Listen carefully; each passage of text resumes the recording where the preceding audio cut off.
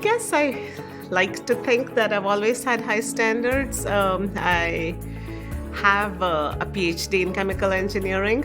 I've kind of always tried to strive for as much as I could do. I think a lot of it is from my family. My mom is a chemistry professor, was a chemistry professor. I feel very blessed to have been, to have had that. I'm very passionate about women going into engineering. I run a STEM program, science, technology, engineering, math for the county I live in. I am very passionate about education for women, but more particularly science education for women.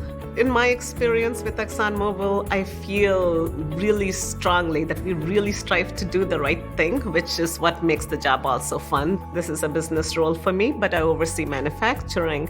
So in a way, it kind of combines, the business sense with technology, which I really love and enjoy.